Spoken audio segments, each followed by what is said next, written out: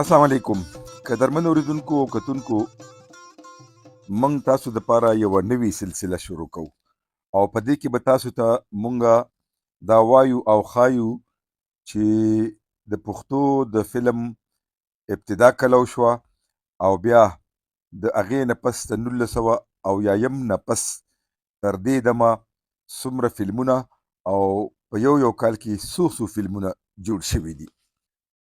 نیغ په نیغه ستاسو په خدمت کې حاضر یو او حاضر چې دی نو د دې لپاره یو چې دا تاسو په زما لاس کې دا کتاب وینئ، پښتو فلمونه تاریخ تحقیق او تنقید. د دې نه یو سلسله ما تاسو دپاره شروع کړې ده چې د پښتو فلمونو تاریخ به درته درښیم. په تیر پروګرام کې ما تاسو ته د 80 نه تر 81 پورې چې کوم فلمونه جوړ شوي وو د هغې تفصیل مې درته درکړی و. دا د دې سلسلې دویم پروګرام دی. تمه لرمه چې تاسو به خوښیږي او ما به د خپل نظر نه ارومرو خبروئ. نو راځو خپلې سلسلې پلو هغه فلمونه چې په کال 1982 او 83 کې جوړ شوي دي او په دې باندې چونکې ما دا کتاب لیکلی دی پښتو فلمونه تاریخ تحقیق او تنقید، او په دې کې د دې فلمونو پوره فهرست ما ورکړی دی، څومره فلمونه چې جوړ شوي دي تر کال 2019 پورې دا ټولو فهرست ورکړی دی. راځو کال 1982 کې میمونه دا د پښتو ساده فلم و. د دې فلم سازو کامران، هدایتکار هم کامرانو، موسیقي د رفیق شینواري وه. په دې کې اداکارانو ماجبینه، شهزاده ابراهیم، ریحان او ورسره نور ډېر. ولې دا فلم د ناکامۍ سره مخ شو؟ بنیادي وجه دا وه چې چا د بدر منیر، یاسمین خان، نعمت سرحدي وغیره نه بغیر بل څوک د هیرو او د ویلن په توګه نه قبلولو. بیا بل فلم قوي خان جوړ کو، د پښتو د اردو ډرامو نامور اداکار قوي خان، هغه د ماجبینه په نوم باندې فلم جوړ کو چې هغه فلم سازو او د دې هدایتکارو لیاقت اترې او موسیقي هم د لیاقت اترې وه. په دې کې چې کوم اداکارانو هغه یوه یاسمین خان، بل اسف خان، سوریا خان او محمد قوي خان. په دې کې ښه اداکارانو، صرف بدر منیر صاحب الله دې وبخي هغه ورکې نو، بیا هم دا فلم د ناکامۍ سره مخ شو. زما بدل دا فلم تر څه حده پورې کامیاب فلم و. د دې فلم سازو عبدالرشید، هدایتکارو ثناء الله خان او موسیقي وه د اس ټي سنی یعنی سمویل ټاکرداس. او په دې کې چې کومو اداکارانو په هغې کې مشهور اداکاران دا دي اسف خان، سوریا خان او عمر دراز خلیل، دا پکې مشهور اداکارانو. مخرور دا فلم سید اکبر صابر به طور فلم ساز جوړ کړی په کال 1982 کې. د دې هدایتکار د حبیب الله خان زوی عنایت الله خانو چې ډیر فلمونه کامیاب فلمونه جوړ کړي دي. او د دې موسیقار هم اس ټي سنی او په دې کې هیروین وا وحیده خان، اسف خان، کومل، جبینا خان او سید اکبر صابر ورکې د ویلن رول په خپله ادا کړی. غازی کاکا دا هم کامیاب فلم و. د دې فلم سازو ممتاز سلیم او هدایتکارو سید انسخ سعیدی چې د دوبیانو ثوابیا ضلع سره تعلق لرلو. د دې موسیقارو رفیق شینواری او په دې کې اداکارانو صمد خان، یاسمین خان، آصف خان او ښکاره اداکاران چې وو ورسره همایون قریشي وو. دا فلم هم تر ډېره حده پورې کامیاب شوی. علاقه غیر دا د پښتو کامیاب فلم و. د دې فلم سازو لالا حبیب الله خان چې د عنایت الله خان والد محترم او د دې هدایتکارو عنایت الله خان، موسیقي د رفیق شینواری وه. په دې کې اداکارانو بدر منیر، سوریا خان، جانزیب سهیل چې بیا په پاکستان ټلویزیون پېښور څانګه کې پروډوسر هم او ډېرې ډرامې پیش کړي دي او د ویلن کردار ورکې نعمت سرحدي صاحب ادا کړی. دا د 1982 فلمونه دي. په 1983 کې چې کوم فلمونه جوړ شوي دي نو اوس د سره په هغې خبره کوم. د پښتون توره د دې فلم سازو بدر منیر، موسیقي د منیر سرحدي وه او هدایتکار سلیم اختر.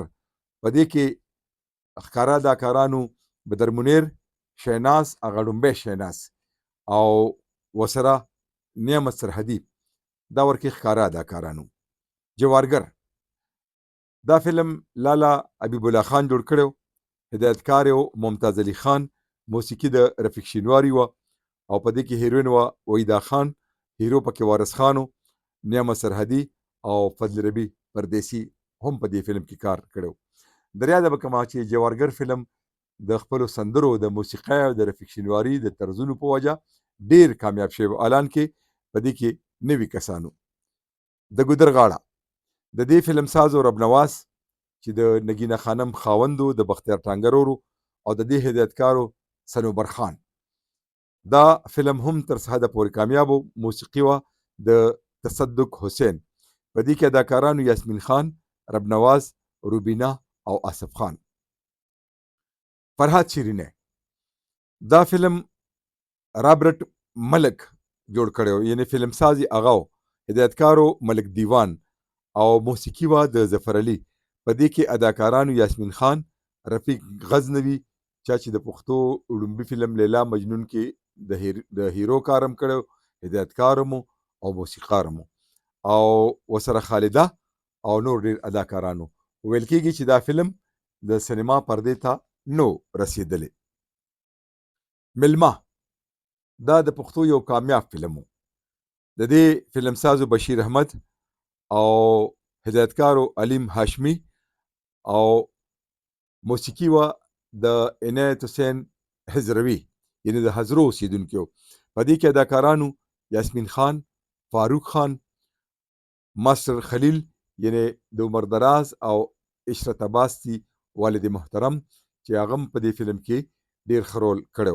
عمر دراز، ذل سبحانی او علي قاسم او آغا کریم. دا فلم د خپلو سندرو په وجه باندې ډیر کامیاب شوی. څنګه زمانه شوه، دا څنګه زمانه شوه.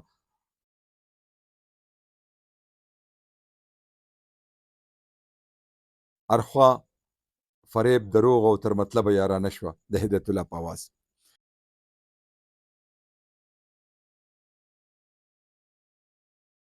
چراغ علدین د دې فلم سازو جان او هدایتکارو علاؤالدین چودھری. موسیقي وه د رادت حسین. د دې فلم سندرې ډېرې مزیدارې وي. ګلنار بیګم، ماجبین قزلباش په دې کې سندرې ویلې وي او په دې کې ښکاره اداکارانو یاسمین خان، فرزانه، وحیده ګل، عمر دراز، مختار خان او امروزیه. د کال 1983 کامیاب ترین فلم اوربلو چې د دې فلم سازو لالا سردار خان، هدایتکارو ممتاز علي خان، موسیقي وه د رفیق شینواری او په دې کې اداکارانو بدر منیر، یاسمین خان، آصف خان، نعمت سرحدي، لیاقت میجر او سریا خان.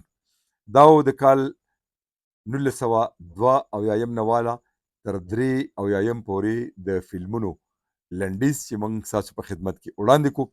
که څوک غواړي چې د پښتو فلمونو د تاریخ نه موږ ځان خبر کو او د پښتو فلمونو د سینماګانو نه، د سټوډیوګانو نه او سره د هدایتکارانو نه، د فلم سازانو نه، د موسیقارانو نه، د اداکارانو نه، نو دا ټول معلومات ما په دې کتاب کې راغونډ کړي دي.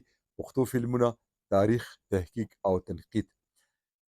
که دا کتاب څوک اخیستل غواړي نو تاسو نیغ په نیغه ما سره رابطه کولی شئ، ځکه چې زه آنلاین د دې سپلای خلکو ته کوم، یعنی لیږم. دا او ما اوس چې کوم نوی کتاب چاپ کړی دی، تیر هیروازونه دویمه برخه، دا کتاب 1500 روپۍ د دې قیمت دی او دا تقریبا څه 650 څه کم 700 صفحې کتاب دی. او که څوک دا ترلاسه کول غواړي، اخیستل غواړي، نو زما د ایزي پیسه اکاونټ دی 0333 915 6452. په دې به ما سره رابطه کوئ او زه به کتاب تاسو ته په ارجنټ میل سروس درلیږم. دا نوی کتاب ما چاپ کړی دی، تیر روازونه دویمه برخه. په دې کې د ګلنار بیګم د ژوند او د فن سره سره د هغې کورني حالات هم دي، د هغې نایابه تصویران هم دي ورسره د نورو هنرمندانو چې د افغانستان د تقریبا 25 مشهورو سندرغاړو حالات دي پکې د جنوبي وزلاو او زمونږ د دې سیمې د هغه فنکارانو د ژوند او فن خبرې دي ورکې چې هغه په تیر روازونه اول برخه کې ما نه ولیکلي. نو دا کتاب که څوک اخلي د دې بیه د 1000 روپۍ او د دې بیه د 1.5 روپۍ، د دواړو جوړیږي 2.5 روپۍ. د ډاک خرچه دا به زه ورکوم.